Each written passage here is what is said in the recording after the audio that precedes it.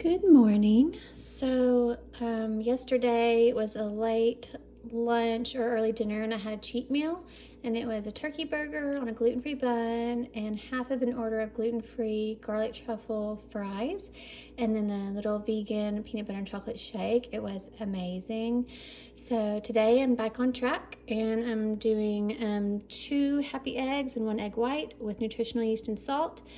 2 little baby Udis, gluten-free. Again, the top comes off, so otherwise it'll burn in my toaster, so I just take it off. It's frozen. And peanut butter jelly. This is the Good Good kind of, that's the brand name, Good Good. It's like no sugar or anything, or high fructose corn syrup or any of that. And this one has a little baby teaspoon of extra virgin olive oil, nutritional yeast, and salt. I've got sparkling water and a little K-cup. I think this one's actually pumpkin spice. It was like in the clearance section. Pumpkin spice K-cup, splash of caramel silk creamer, and 2 Splenda. So that is my brekkie, and I will show you next what I get up to. Okay, so here's my second meal of the day. It's kind of a late lunch. I slept in today because it's Sunday. This is my tried and true sushi bowl. It's not raw because it's just a can of wild caught pink salmon. You could do tuna, or really you could do chicken, but I really like the salmon for the omega-3s. Then I've got the 90-second brown rice cooked with a little Bragg's liquid aminos and sesame seeds. Here is some, it looks like a lot, but it's really only 2 tablespoons of mayo, some thinly sliced cucumber, and then that's sesame seeds on it. The toasted ones are better. I didn't have those. And then, so really all I had to do was peel and thinly slice this and then microwave the brown rice. That was it. I don't microwave the fish, obviously. And then I like to add a little bit of spicy peanuts for some crunch, and then the sriracha last. I just kind of drizzle it over it. And that's a super quick and easy lunch. You could also tweak this with like seaweed sheets, or I think it's pronounced wakame seaweed, or dulse flakes, edamame. You could add some pickled ginger or wasabi, soy sauce if you can handle gluten. Yes, soy sauce has wheat in it. So yeah, just however you'd like to make it your own. And that is my lunch for today, and I'll show you later what I get up to. Okay, so I'm gonna make, I think, a Hawaiian chicken barbecue pizza. I'm gonna use the sugar-free sweet and spicy from G. Hughes. This is some rotisserie chicken that I had frozen, and I kind of defrosted it in the fridge, so it's already cooked. And then I'm gonna, of course, not use the juice and just use a few of the pieces on this gluten-free crust. I'm out of breath because I just chased my cat because he was chasing the other cat.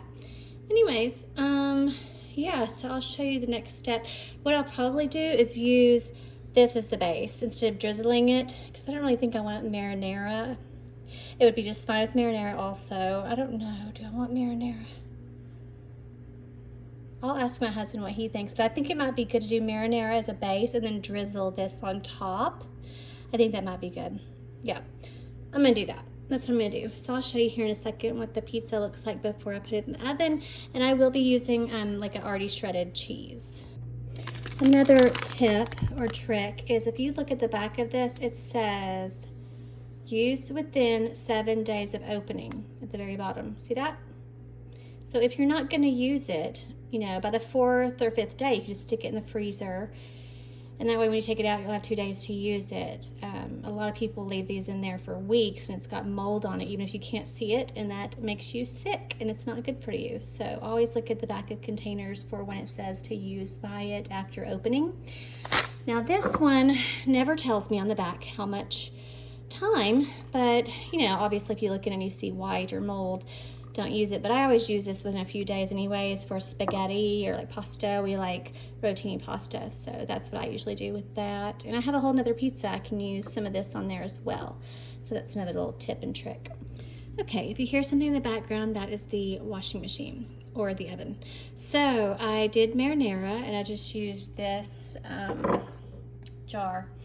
And I just like spooned out 3 heaping spoons, and then I just kind of go in a circle like that and bring it to the edges until it's about the kind of amount I want. And then I had a lot of chicken that I decided to just put the whole thing on because we like protein. Then I did salt, chili pepper flakes, and just a few little spots of the barbecue sauce. And then now I'm going to drain this out. I want to keep the juice because I can use it in smoothies or in my oats. So I'm going to do this. I will spare you because I like it to be in every bite. So I'm going to do this, and then I will sprinkle the cheese on. I'm going to use sharp cheddar. So I've got a lot of interesting flavors going on with this one. And then I will pop it into the oven for like 10 minutes, and then I'll show you what it looks like whenever it's done. Okay, there we go. So I did not do too much cheese. We like light cheese, and when it melts, it really spreads out and looks like a lot more than it is. But that's a little tip or trick to cut down on fat and calories, is just use enough cheese for the pizza, and then you could always add more later, or you could add Parmesan, whatever you want. But that's about how much we like. And then I'm gonna pop it in the oven now. Okay, now I've got some romaine. I'm just going to use my kitchen shears that are only used for food for this purpose. And I just go like this. These are ones that weren't really good enough for a lettuce cup. So I do this. And then I add the dressing that we're in the mood for, which right now is just balsamic and some walnuts and black pepper and salt. And then I always put the date on here really big so I can see it, because sometimes without glasses or contacts or whatever, I can't see the date. But that says the 7th, and today is only the 30th, so I'm not gonna mess with that one. And this one has a lot in it. So I'll just leave his in here, and I'll put mine into a bowl, and we'll start our meal with this, and then we will have our pizza. I forgot to mention, it's also great if you put a little bit of cheese on it or nutritional yeast, and then I've got just like a little pickled okra there. You don't need the cracked black pepper if you have arugula, because arugula is already very peppery. But I wanted to show you this. It looks so good. Yeah, it looks great. So I'm gonna pull that out now.